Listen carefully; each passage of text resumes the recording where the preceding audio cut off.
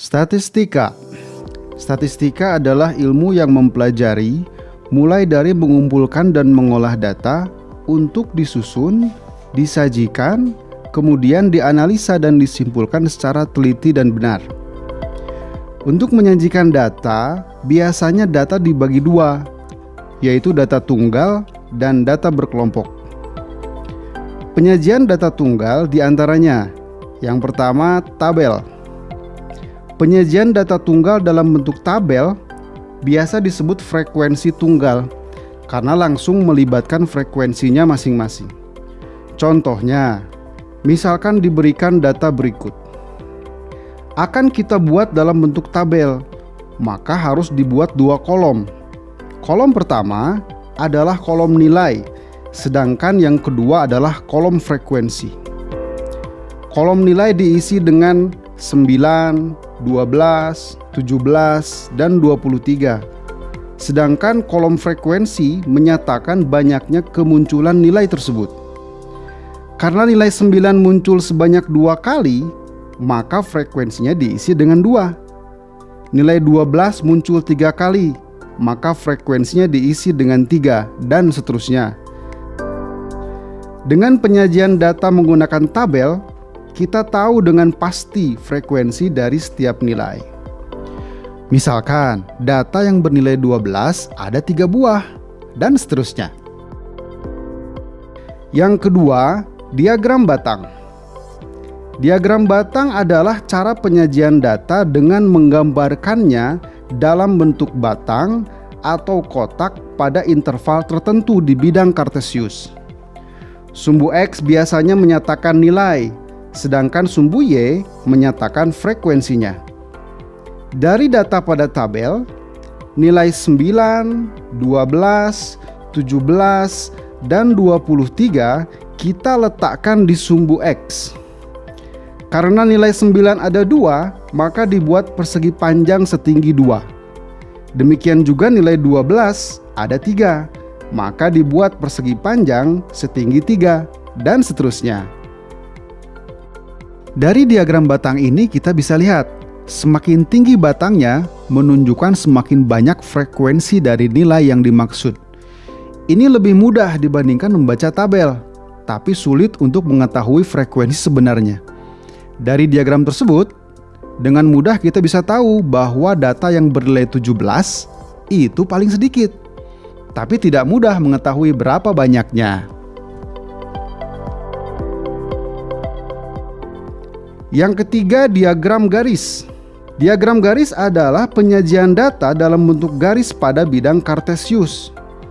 Diagram ini bisa digunakan untuk menggambarkan keadaan yang berkesinambungan. Pasangan nilai frekuensi pada data dianggap sebagai koordinat X, Y pada bidang kartesius, dengan X menyatakan nilainya dan Y menyatakan frekuensinya. Sehingga kita peroleh titik-titik 9,2, 12,3, 17,1, dan 23,6. Selanjutnya, titik-titik tersebut dihubungkan sehingga membentuk garis-garis. Biasanya diagram garis ini disajikan untuk melihat tren atau kecenderungan perubahan data. Yang keempat, diagram lingkaran. Diagram lingkaran adalah penyajian data dalam bentuk lingkaran. Untuk membuatnya terlebih dahulu kita tentukan besar sudut pusat lingkaran untuk setiap nilai keseluruhan data.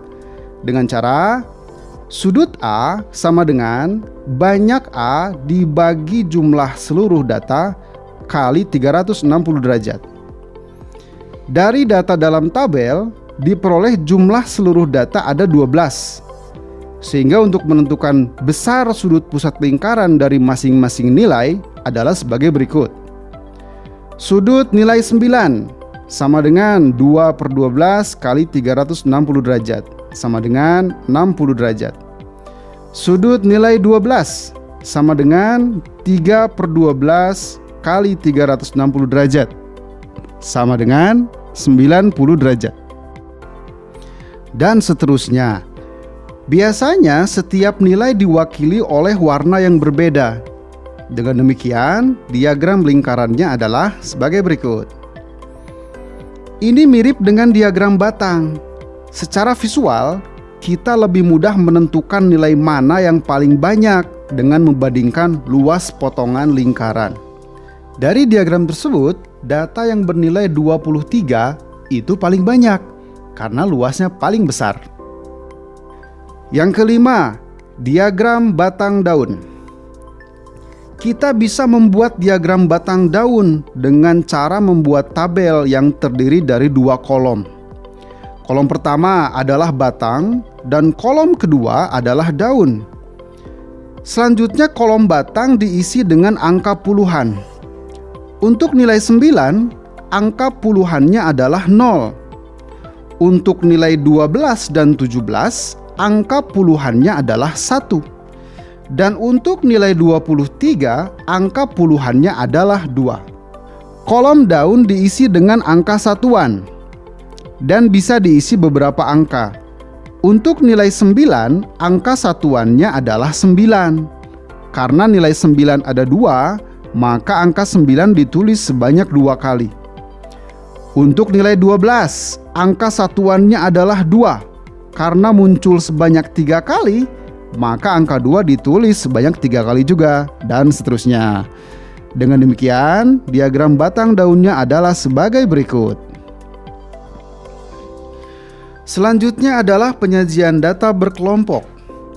Data tunggal dapat disusun dalam bentuk interval tertentu, disebut dengan data berkelompok.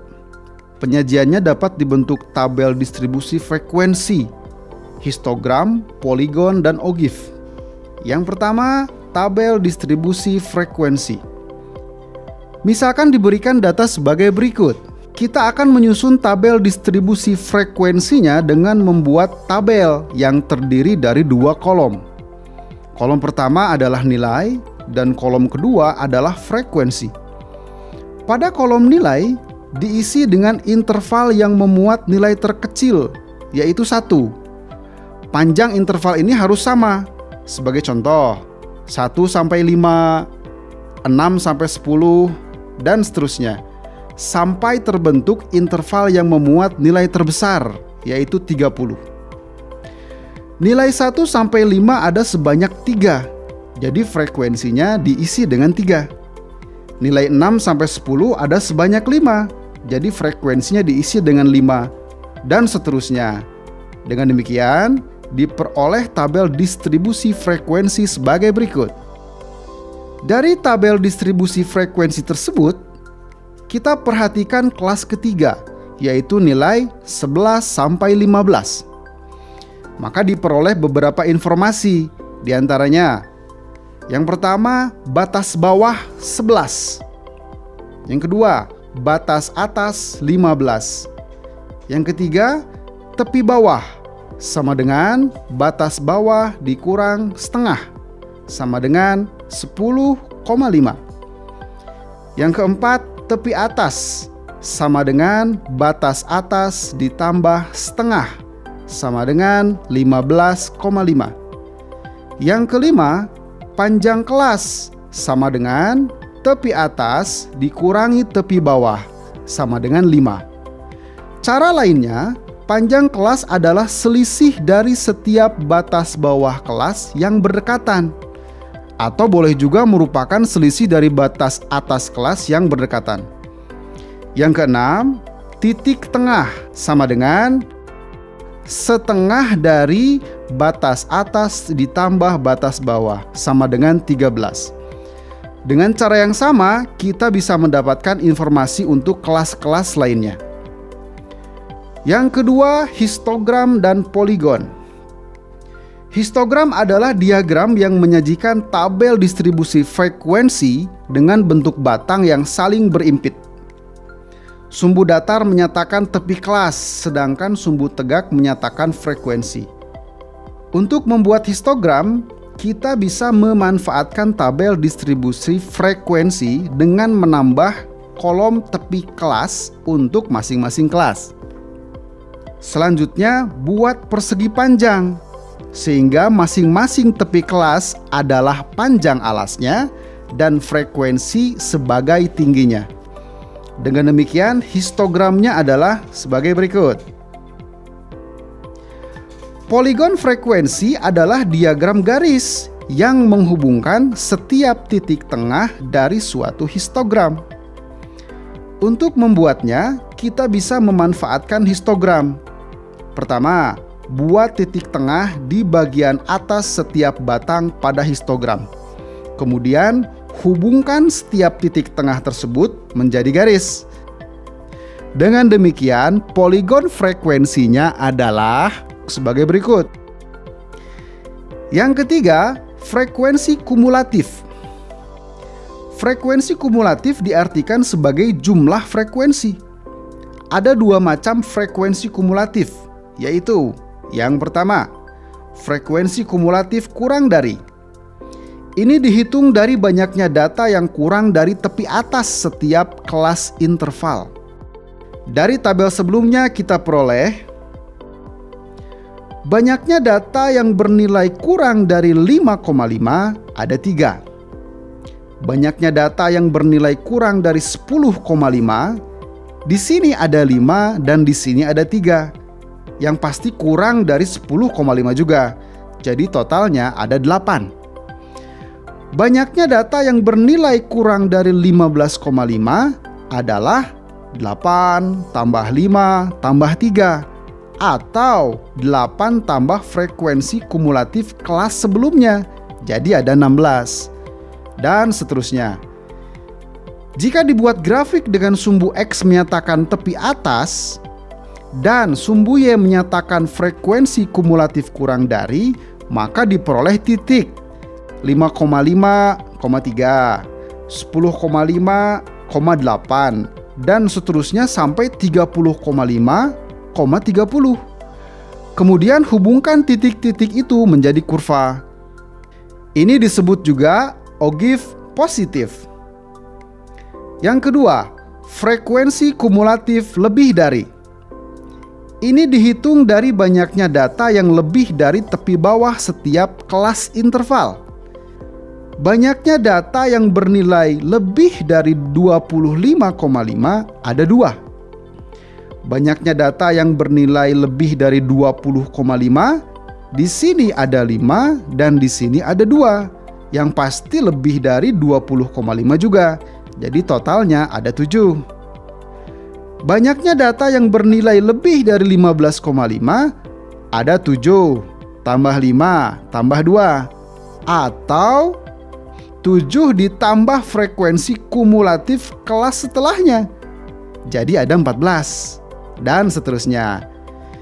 Jika dibuat grafik dengan sumbu X menyatakan tepi bawah kelas dan sumbu Y menyatakan frekuensi kumulatif lebih dari, maka diperoleh titik 0,5,30, 5,5,27 dan seterusnya sampai 25,5,2. Kemudian hubungkan titik-titik itu menjadi kurva. Dengan demikian, kurvanya berbentuk sebagai berikut. Ini disebut juga ogive negatif. Perbedaan karakteristik dari kedua kurva tersebut adalah ogive positif grafiknya naik, sedangkan ogive negatif grafiknya turun. Oke, sekian dulu pembahasan kita kali ini. Salam Yes I Can.